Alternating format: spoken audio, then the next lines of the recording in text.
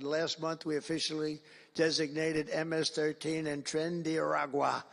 That's the Venezuelan gang, the toughest gang, they say, in the world, and the Mexican drug cartels as foreign terrorist organizations. That's a big deal. Nobody wanted to do that in the past.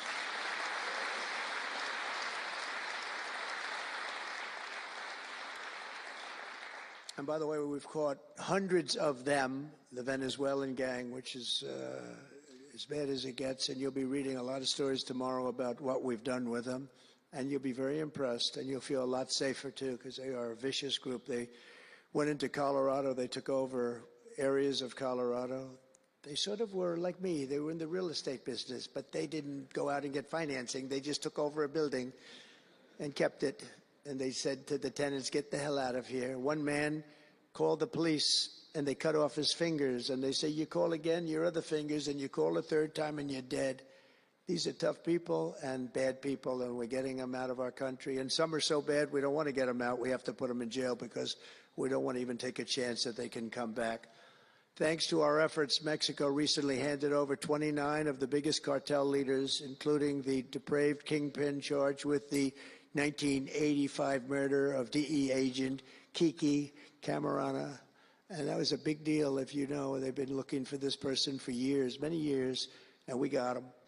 This evil killer will be now prosecuted to the fullest extent of the law, and we know that, well, let's put it this way, I have to be nice, it's a very strong case.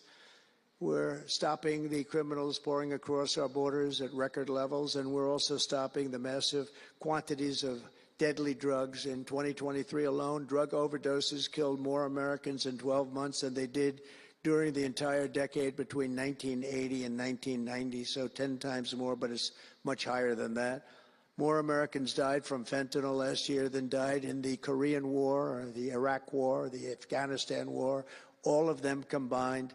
That's why I've placed large tariffs on Mexico, Canada, and China, and they will remain in place until these deadly poisons stop pouring into our country. And I will tell you, as soon as I put on the tariffs on Mexico, Canada, and China, unbelievable results have been seen in the last few weeks.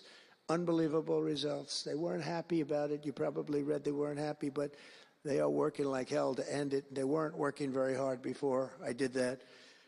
With us today is a brave mother and advocate, Ann Fundner, who lost her beautiful 15-year-old son, Weston, to fentanyl. And Ann, if you would, I'd like to ask you to come up and say a few words, please. Thank you.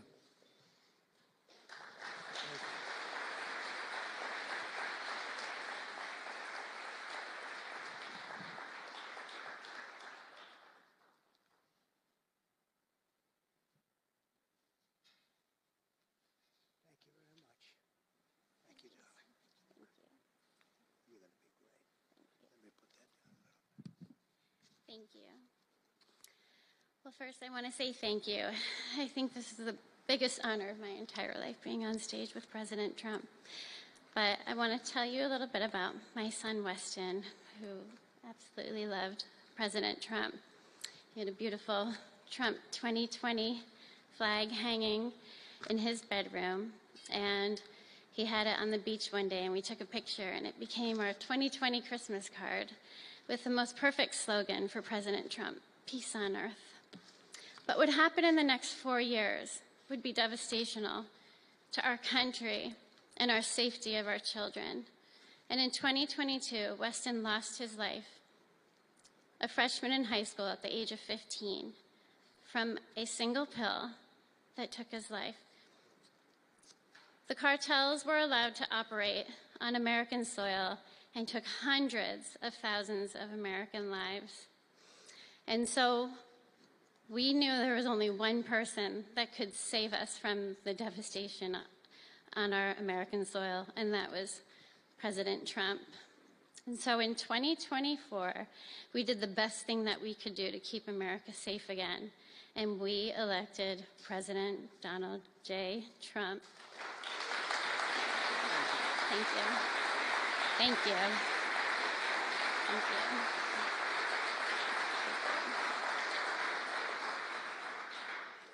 Thank you. And he's done everything that he has promised. We have a 98% decrease in border crossings. And he has labeled the terrorist cartels terrorist organizations. And he has instilled tariffs because there is no price on human life. And so I feel like I can speak for the entire fentanyl fighting community when I say thank you to President Trump, and thank you to Pam Bondi and everyone out here who is fighting this fight. God bless you. God bless you, President Trump. And God bless America. Thanks. He's up watching you. He's up there watching you. And he's so proud of Mom.